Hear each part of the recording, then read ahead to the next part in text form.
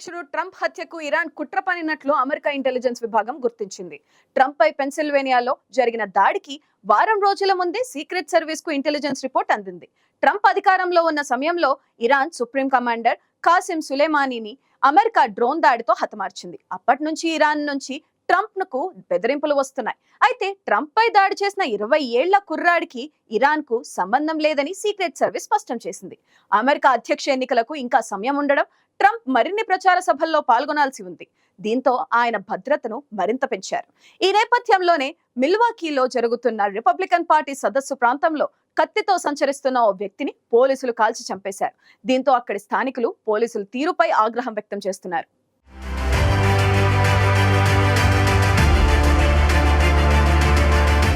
America మాజీ అధ్యక్షుడు Donald Trump పై జరిగిన దాడిపై అమెరికా దర్యాప్తును వేగవంతం చేసింది. 20 ఏళ్ల యువకుడు ట్రంప్ పై ఎందుకు కాల్పులు జరిపాడు, అతడి బ్యాక్గ్రౌండ్ ఏంటి అనే దానిపై దర్యాప్తు చేస్తోంది.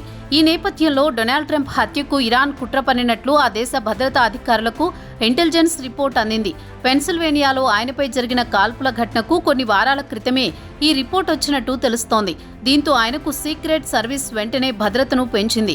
అయితే ట్రంప్పై హత్యాయత్నం చేసిన 20 ఏళ్ల యువకుడికి ఇరాన్ కుట్రతో ఎలాంటి సంబంధం లేదని అధికారులు ధృవీకరించారు.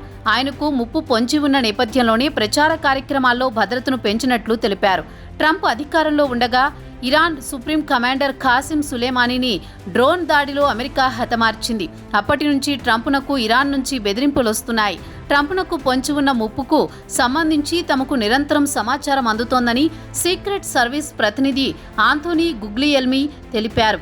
అందుకు అనుగుణంగా భద్రతా వనరులను సర్దుబాటు చేస్తున్నామని వివరించారు. నిర్దిష్టంగా వీరి నుంచి ముప్పు తలెత్తినట్లు మాత్రం బహిరంగంగా ధృవీకరించలేమని తెలిపారు. అయితే ప్రతి బెదిరింపును చాలా తీవ్రంగా పరిగణిస్తామని, అంతే వేగంగా ప్రతిస్పందిస్తామని తెలిపారు. ట్రంప్ సహా ఆయన అధికారంలో ఉన్న సమయంలోని పాలకులకు ఇరాన్ నుంచి ఉన్న ముప్పుపై అమెరికా భద్రతా అధికారులు నిరంతరం నిఘా కొనసాగిస్తున్నారని వైట్ హౌస్ జాతీయ భద్రతా మండలి ప్రతినిధి తెలిపారు. అయితే ఈ వాస్తవాలను ఇరాన్ తీవ్రంగా ఖండించింది. ట్రంప్ ఒక నేరస్తుడని, ఆయన్ని కోర్టులోనే శిక్షించాల్సిన అవసరం ఉందని వ్యాఖ్యానించింది.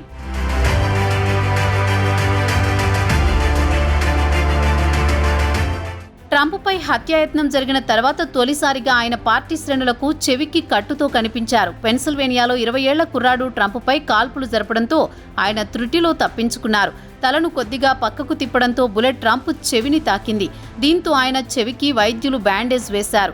ఇక మిల్వాకీలో జరిగిన రిపబ్లిక్ పార్టీ నేషనల్ కన్వెన్షన్ కు వచ్చిన ట్రంప్కు ఆ పార్టీ నేతలు ఘన స్వాగతం పలికారు.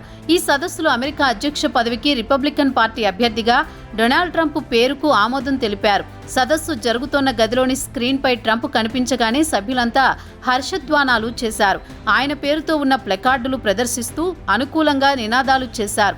ఆయన ఆ గదిలోకి ప్రవేశించగానే గాడ్ బ్లెస్ ద యుఎస్ఏ అని నినాదాలు చేశారు. గురువారం వరకు జరగనున్న ఈ సదస్సులో రిపబ్లికన్ పార్టీ అభ్యర్థిగా ఎంపికైన ఆయన తన ఆమోదాన్ని తెలుపుతూ చివరి రోజున ప్రసంగించనున్నారు. ఇక ఇదే సదస్సులో తన ఉపాధ్యక్ష అభ్యర్థిగా ఒహాయో సెనేటర్ జేడీ వాన్స్ పేరును ట్రంప్ ప్రతిపాదించారు. కాల్పుల అనంతరం ట్రంప్ పిడికిలి బిగించి ఉన్న చిత్రం వైరల్ కావడంపై ఆయన స్పందించారు. అది ఎన్నడూ చూడని అద్భుతమైన చిత్రమని అన్నారు. ప్రస్తుత తరుణంలో పార్టీ శ్రేణులు, ప్రజలు మరింత ఐక్యంగా ఉండాలని పిలుపునిచ్చారు. నిజమైన అమెరికా పౌరుల స్వభావాన్ని చాటుకునేలా బలంగా కట్టుబాటుతో ఉండాలని, దుష్టశక్తులది పైచేయి కానివ్వకూడదని అన్నారు. దాడి జరిగిన తర్వాత ట్రంప్ ఏమాత్రం స్థైర్యం కోల్పోలేదని ఆయన అనుచరులు చెబుతున్నారు.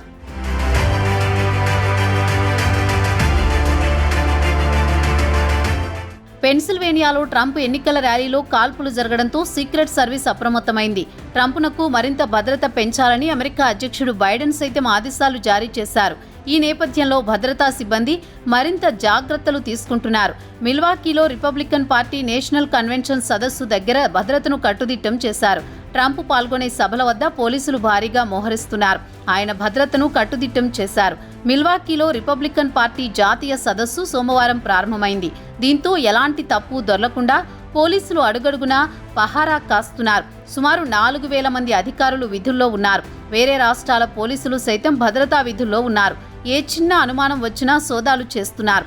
ఈ నేపథ్యంలో సదస్సు జరుగుతున్న ప్రాంతంలో కత్తితో ఉన్న వ్యక్తి పోలీసులు కాల్చి చంపారు. పార్టీ సదస్సు జరుగుతున్న ప్రిజర్వ్ ఫోరంకు 2 మైళ్ల దూరంలో ఈ ఘటన చోటు చేసుకుంది. ఒహియో పోలీసులు ఈ కాల్పులు జరిపినట్లు మిల్వాకీ పోలీసులు తెలిపారు. ఓ పార్కులో ఓ వ్యక్తి కత్తితో సంచరిస్తుండగా పోలీసులు కాల్పులు జరిపినట్లు స్థానిక వ్యక్తి తెలిపారు. కాల్పుల ఘటనతో స్థానికుల్లో ఆగ్రహావేశాలు వ్యక్తమయ్యాయి. వేరే రాష్ట్రాల వ్యక్తులు ఇక్కడ ఎలా కాల్పులు జరుపుతారని స్థానిక పోలీసులను ప్రశ్నించారు. ఈ కాల్పుల నేపథ్యంలో మిల్వాకీ వాసులు, స్వచ్ఛంద కార్యకర్తలు షూటింగ్ జరిగిన ప్రాంతానికి భారీగా చేరుకున్నారు. పార్టీ సదస్సు కారణంగా పోలీసుల ప్రమేయంపై చాలా మంది ఆగ్రహం వ్యక్తం చేశారు. ఈ ఘటనతో వారి ప్రశ్నలకు పోలీసుల నుంచి సరైన సమాధానం లేకుండా పోయింది.